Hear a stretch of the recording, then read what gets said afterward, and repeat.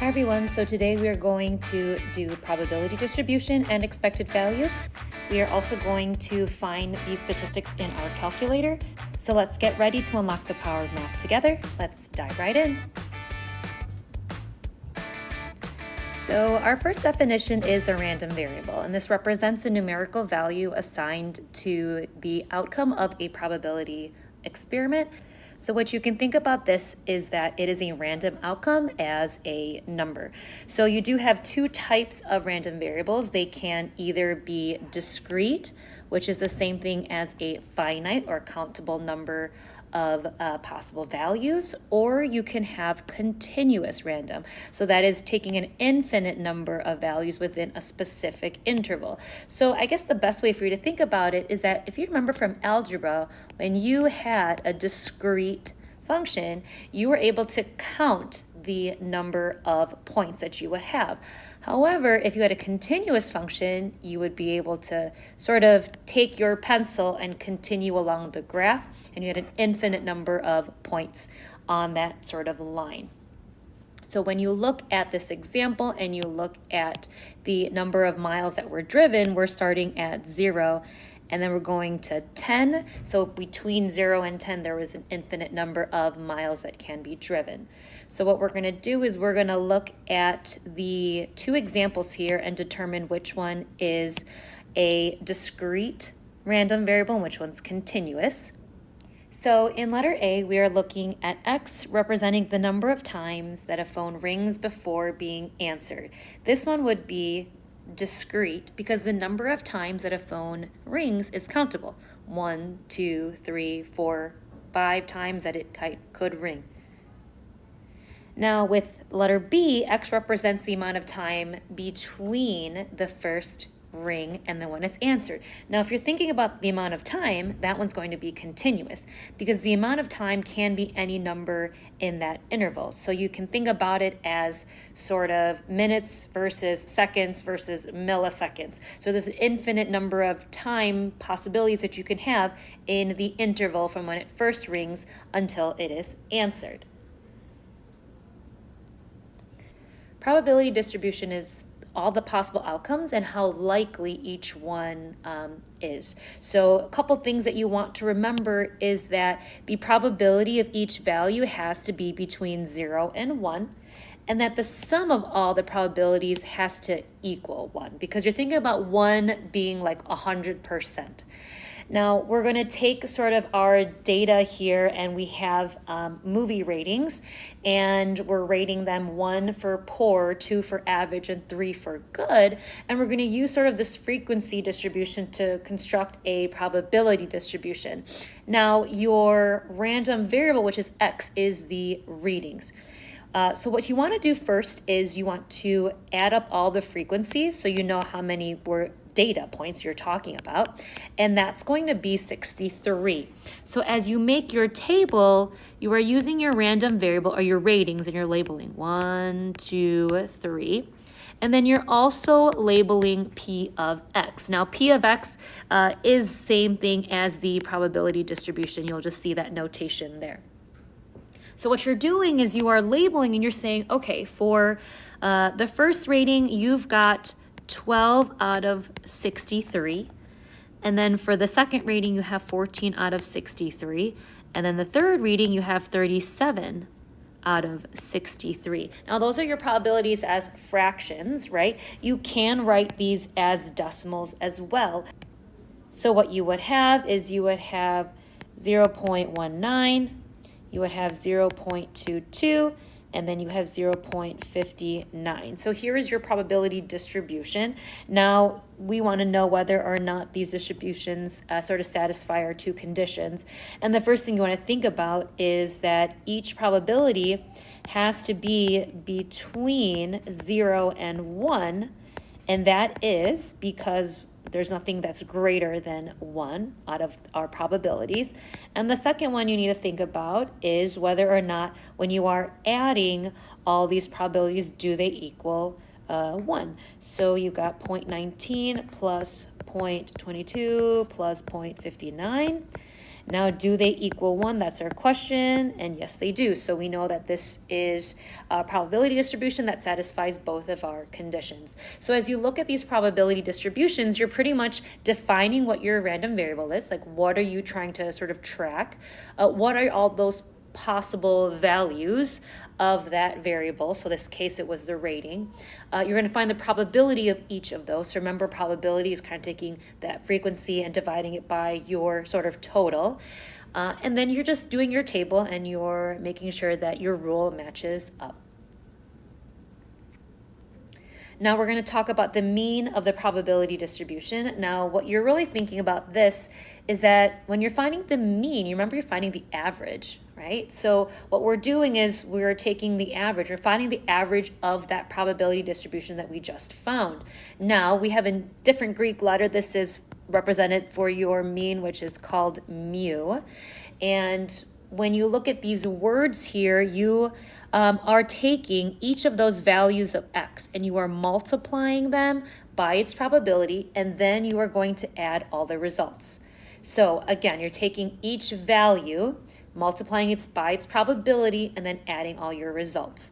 So you've got mu, and we're going to take the rating for 1, so that's 1 times the probability, so 0.19, and then we're going to add that to the second rating, which has probability of 0.22, and we're going to add that to our third rating and multiply that by 0.59.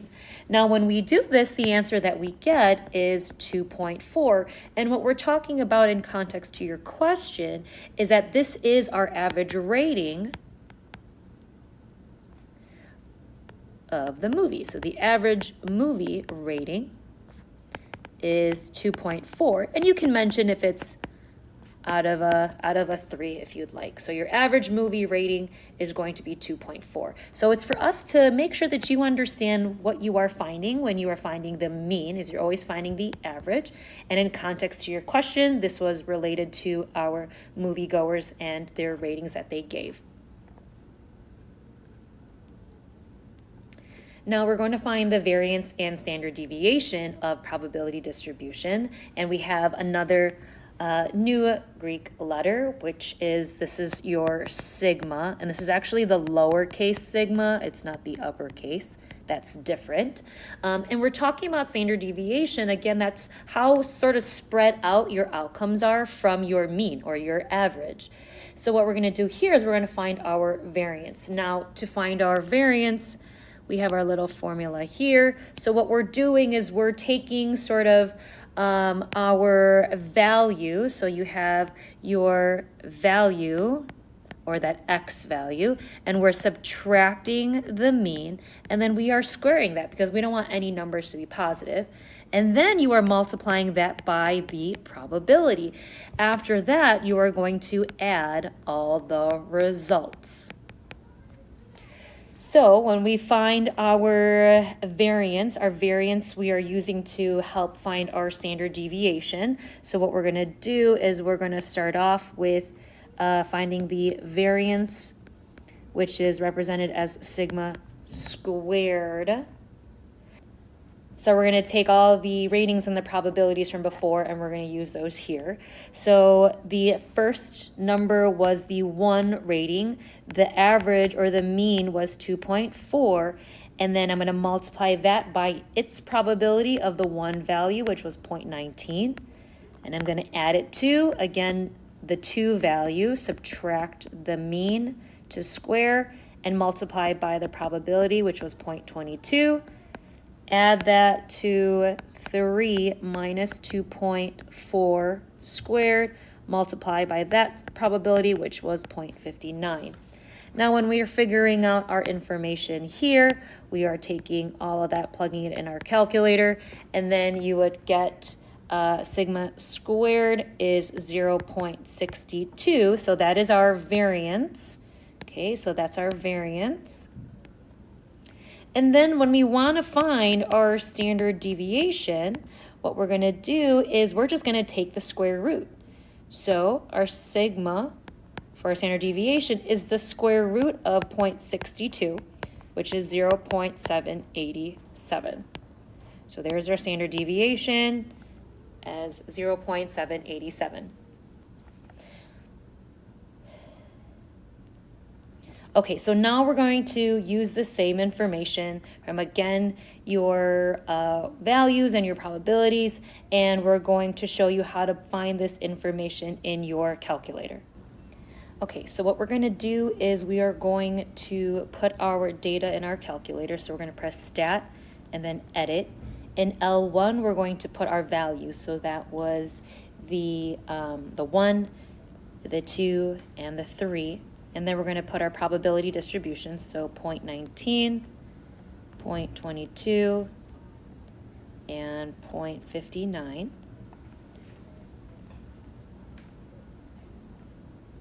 So then we are going to find our statistics. So we got to go to Stat, go to Calc, and then 1var Stats.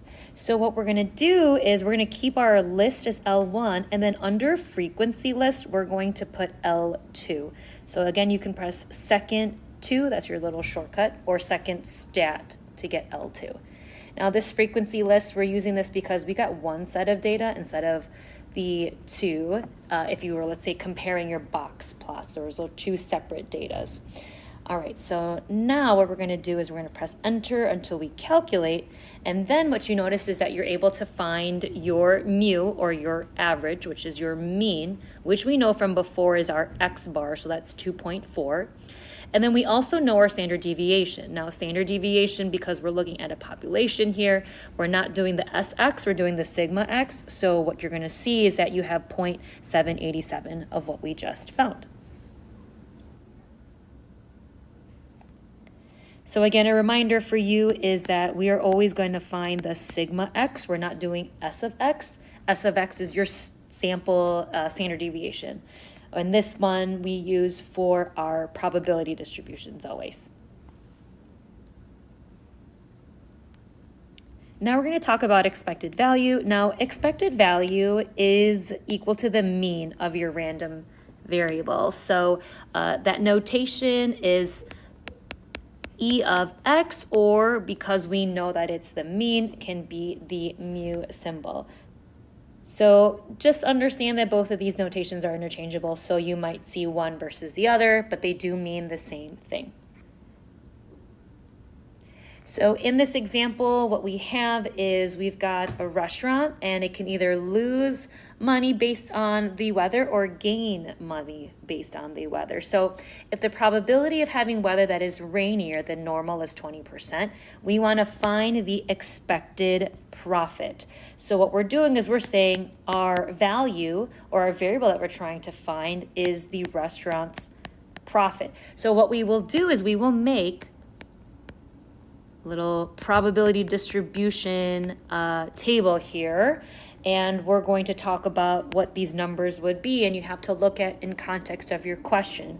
So if the beach loses $90,000, that's negative 90,000. That's one possible profit that could happen, right? You would lose money, or it could make 450,000. So that would be positive. So those are the two possibilities that you could have. Now, what you need to be sort of mindful of is that if you're told the weather is rainier than normal and that probability is 20%, rainier than normal is when they lose money. So that would be the 0.2. That's that probability. We can find the probability of that 450,000 because we know probabilities have to add up to 1. So 1 minus 0.2 would get me 0.8. Now we're finding the expected profit, or the expected value, which we know is equal to the mean of our random variable. So what we're going to do is we're going to go ahead and find the mu. So that is, again, I am taking the value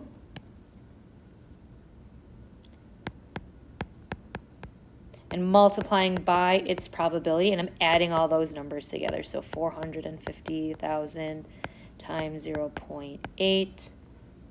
And then when I find my information and my calculations, I get $342,000 as an expected profit. So this profit sort of takes into account that there could be rainier weather or normal weather and kind of gives you the expectation of what could happen.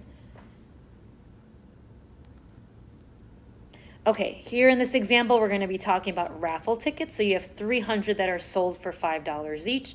You have different prizes, so of $250, $100, and $50. We want to find the expected value of your net gain if you buy one ticket.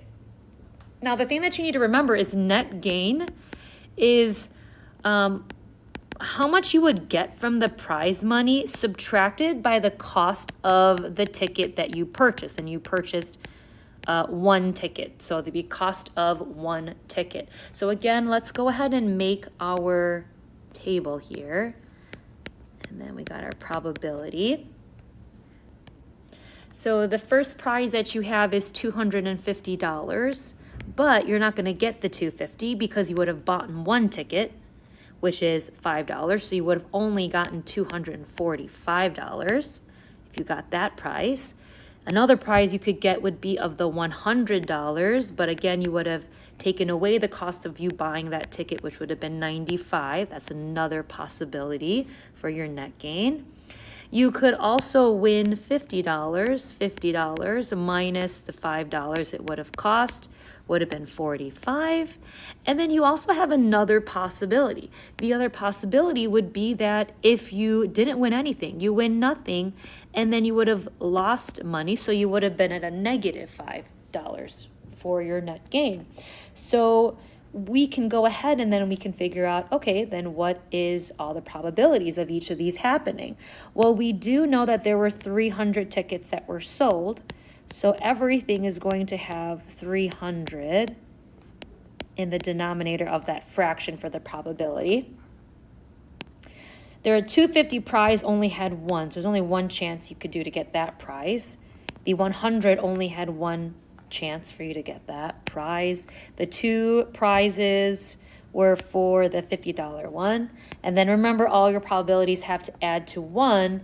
So you got over 300. You have added 1 and 2. That's 4. So the remaining would have been 296 out of 300 for the negative 5, that which you would have lost money.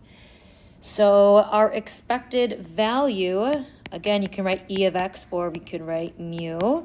Okay. You were going to take all your values, so 245, you're going to multiply by the probability. And you're going to add those all together. So you had 95 was the value times 1 over 300. Add that to 45, and that was 2 out of 300. And then when you are adding, we would have lost money here, and that would have been 296 over 300. Now, it is a plus and negative, so a lot of times you might just see people writing the negative or the minus 5 there. Now, here we go. When we find our answer, our expected value would have been negative $3.50. Thanks for learning with me today, unlocking the power of math, one problem at a time. Don't forget to like and subscribe for future notifications on pre-calc videos. See you in the next lesson.